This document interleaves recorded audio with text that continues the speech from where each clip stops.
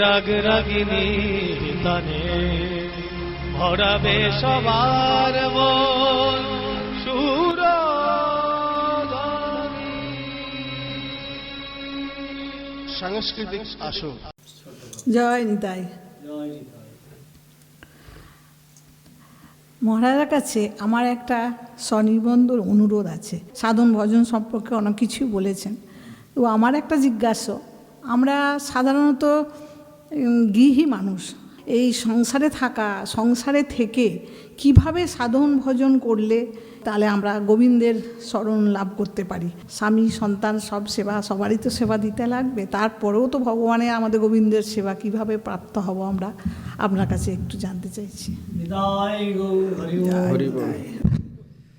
বাহ, খুব সুন্দর প্রশ্ন।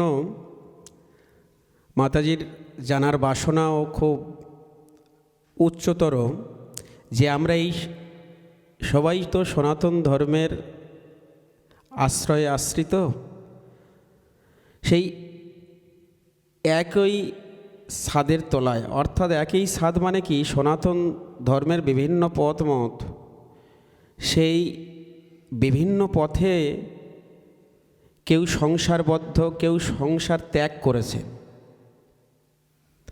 তো সংসারের মাধ্যমে সংসার করেও কিভাবে গোবিন্দকে পাওয়া যায়?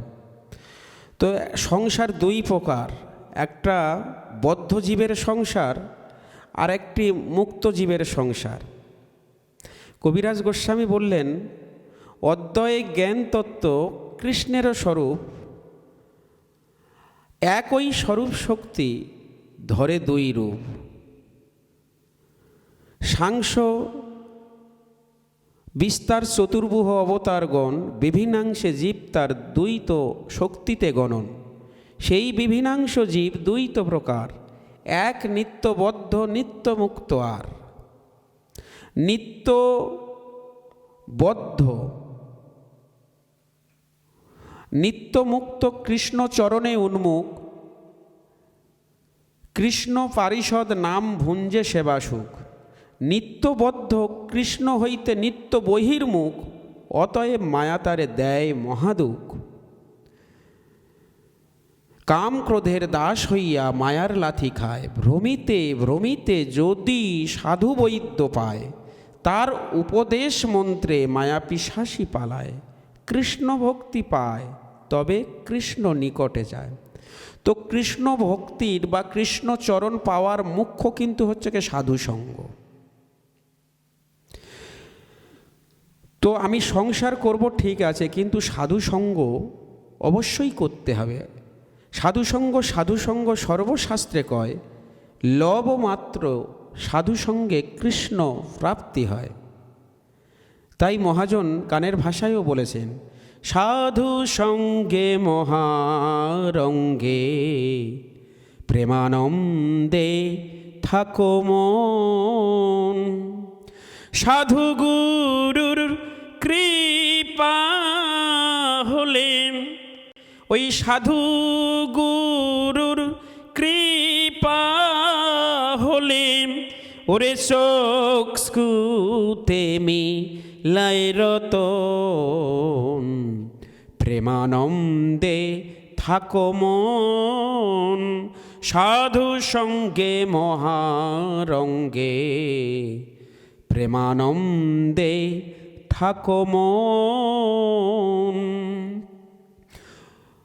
তো সাধু সঙ্গের মাধ্যমে মন আনন্দে পরিপূর্ণ থাকে।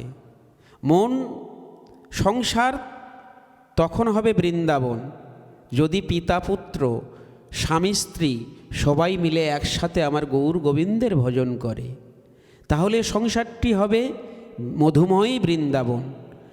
আর যদি পিতা পুত্র স্বামী স্ত্রীর যদি না মিল থাকে, সদা সর্বদা অশান্তির লেগেই থাকে, সেটা হলো বদ্ধ জীবের সংসার।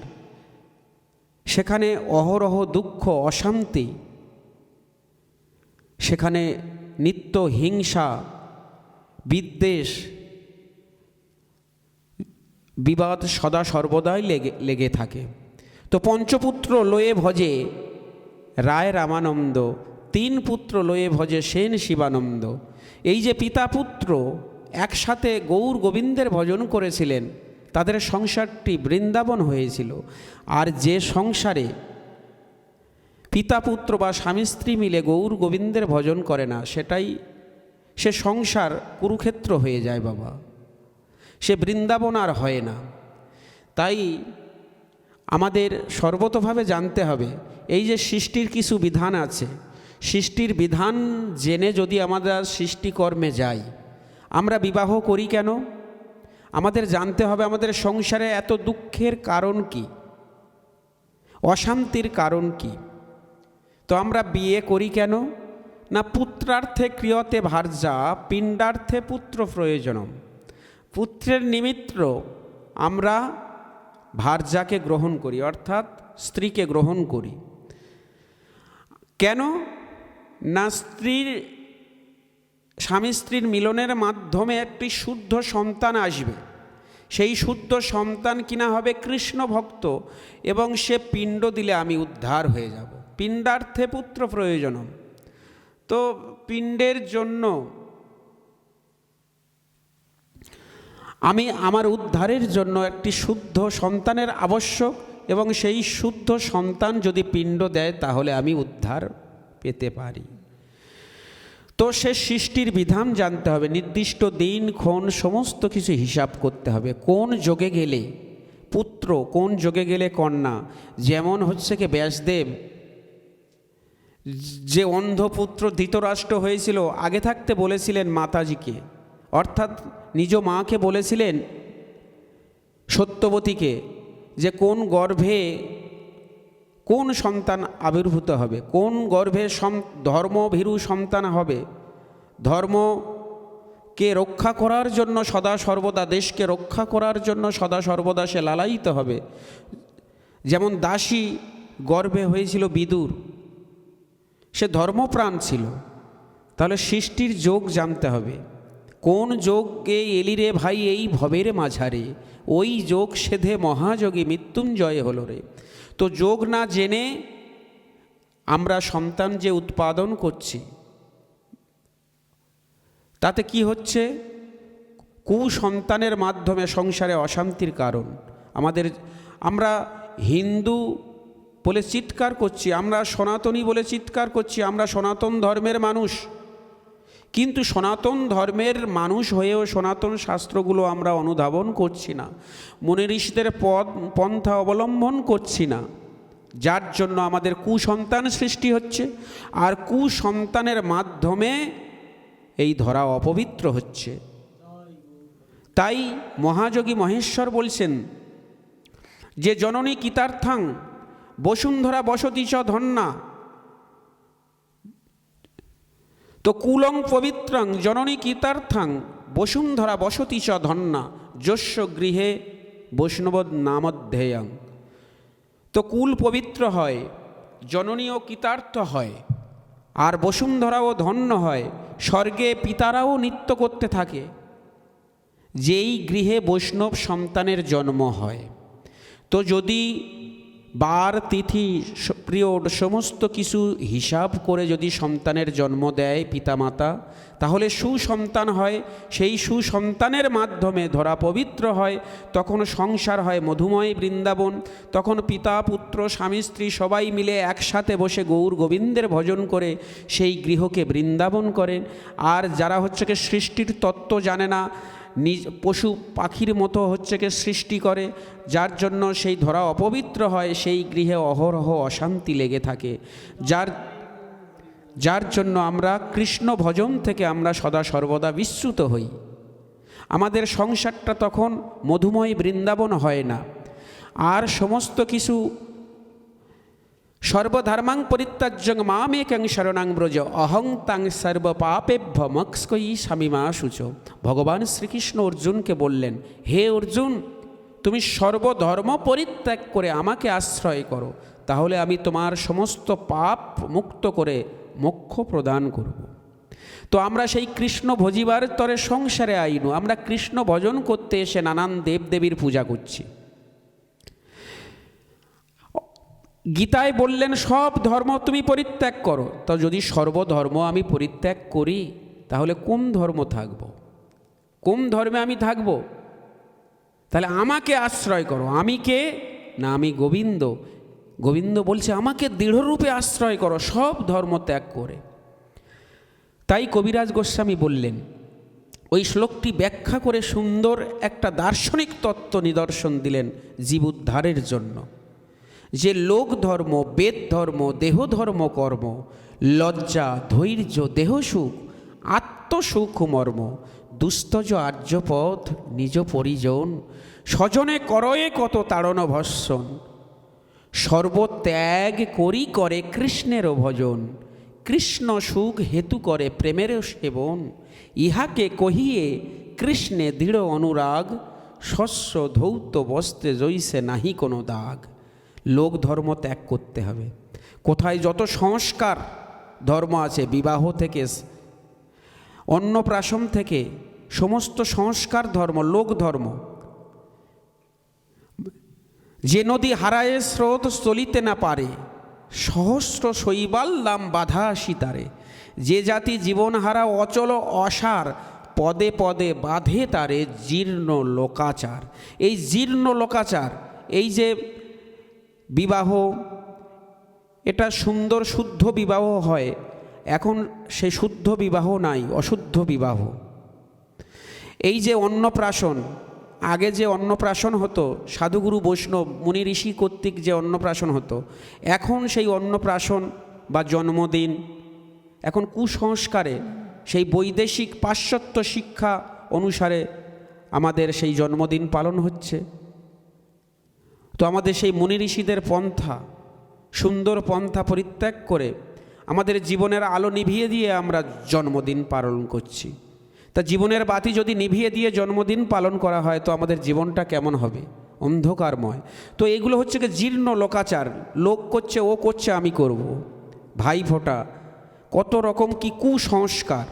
এই কুসংস্কার যে লোক ধর্ম, এগুলো না ত্যাগ হলে গোবিন্দের চরণে একনিষ্ঠভাবে যাওয়া যায় না।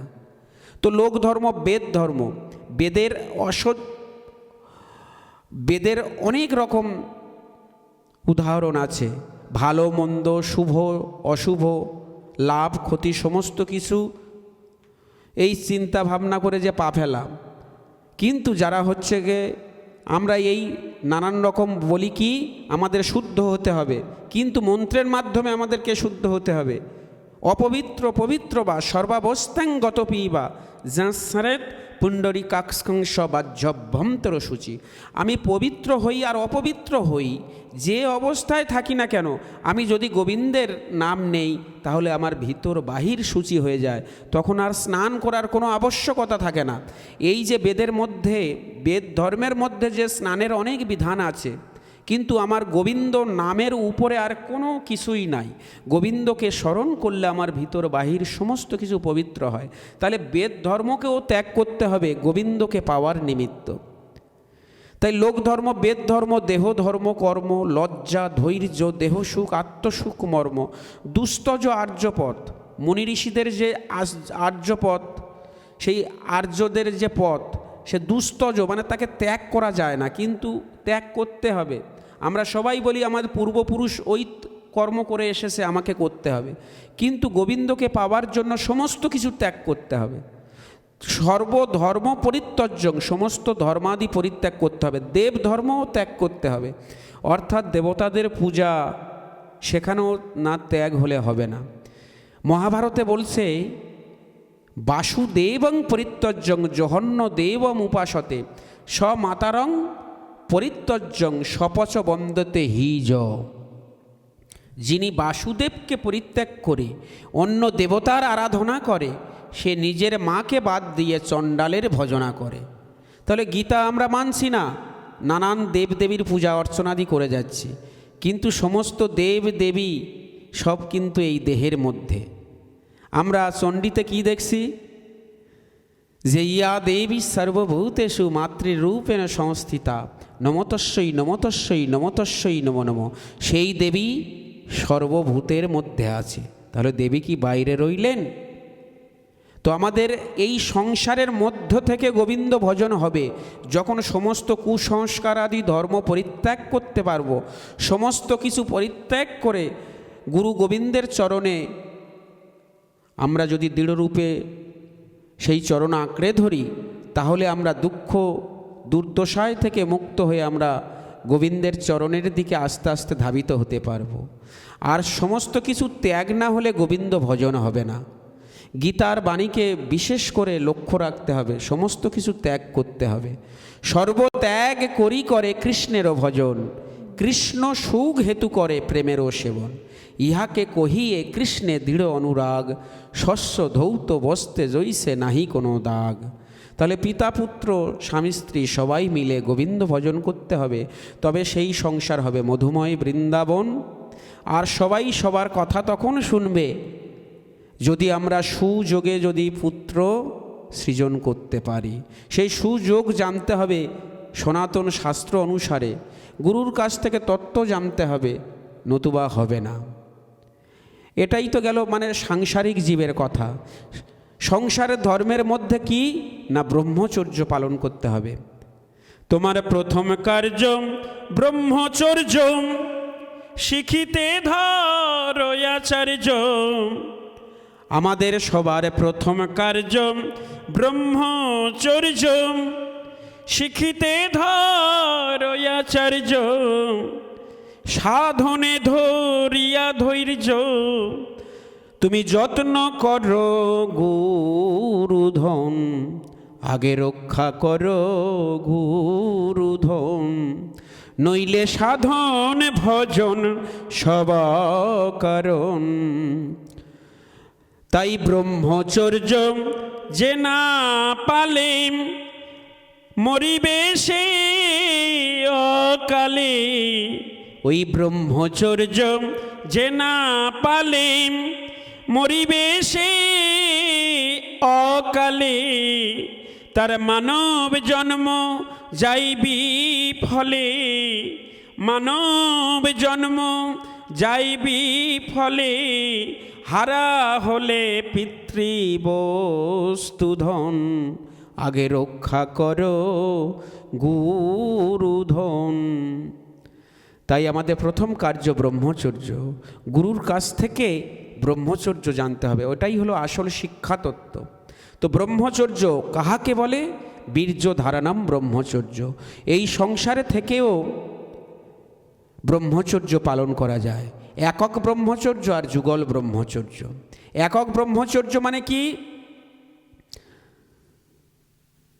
মানে স্ত্রী পুত্র নারী তিন সাধনার ওরি। আহা, তৈল মৎস্য নারী তিন সাধনার ওরি, একক ব্রহ্মচর্য। আর যুগল ব্রহ্মচর্য স্বয়ং স্বরূপ দামোদর গোস্বামী বলছেন, মহাপ্রভুর অন্তরঙ্গ ভক্ত, যস্য বিন্দু ক্ষয়ং নাস্তি দেহে স নিঃসলং ভবেত, নারী সঙ্গ সদাতস্য ন দোষ কুরুতে মুদা। যার দেহের মধ্যে ব্রহ্মবস্তু অটল অচঞ্চল অবস্থায় থাকে, নারী সঙ্গ তার কাছে দোষের তুল্য নয়। তো স্বরূপ দামোদর গোস্বামী এই কথা বললেন। আর এক মহাজন বলছেন, নারী যদি হয় নরকের দ্বার, কৃষ্ণ বুদ্ধ গোরা শ্রীরামকৃষ্ণ বিবেকানন্দ কোথা হতে এলেন এরা? কেউ বলছে নারী নরকের দ্বার, তারা একক ব্রহ্মচারী। তাই চৈতন্য মহাপ্রভু শুষ্ক বৈরাগ্য, চৈতন্য চরিতামৃত এই কথা বলছেন, শুষ্ক বৈরাগ্য জ্ঞানে সব নিষেধিল, যুক্ত বৈরাগ্য স্থিতি সব শিখাইল। এটা হচ্ছে যুক্ত ধর্ম, শুষ্ক ধর্ম নয়। শুষ্ক ধর্ম তৈল মৎস্য নারী তিন সাধনার ওরি, আর যুক্ত ধর্ম নারী নহে নরকের দ্বার। তাহলে যদি নারী হয় নরকের দ্বার, শ্রীরামকৃষ্ণ বিবেকানন্দ কোথা হতে এলেন এরা? তাহলে দুটো বিভেদ আছে। তা চৈতন্য চরিতামৃতে সেই সমস্ত প্রমাণ আছে, রায় রামানন্দ সংবাদে। তো আমাদের এই সনাতন ধর্মে আমাদের সংসারকে সুন্দরভাবে গড়ে তুলতে হলে আমাদের স্বামী স্ত্রীর উভয়কে ব্রহ্মচর্য পালন করতে হবে গুরুর নির্দেশিত পথে। তাহলে এই জীবনটা মধুময় জীবন হবে, কৃষ্ণময় জীবন হবে, গুরুময় জীবন হবে। নিতাই গৌর হরি বল।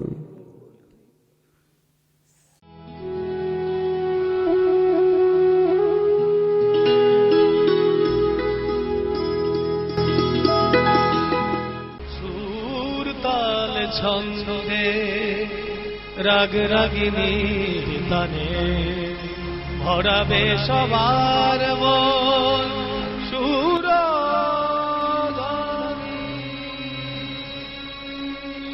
সাংস্কৃতিক আসর।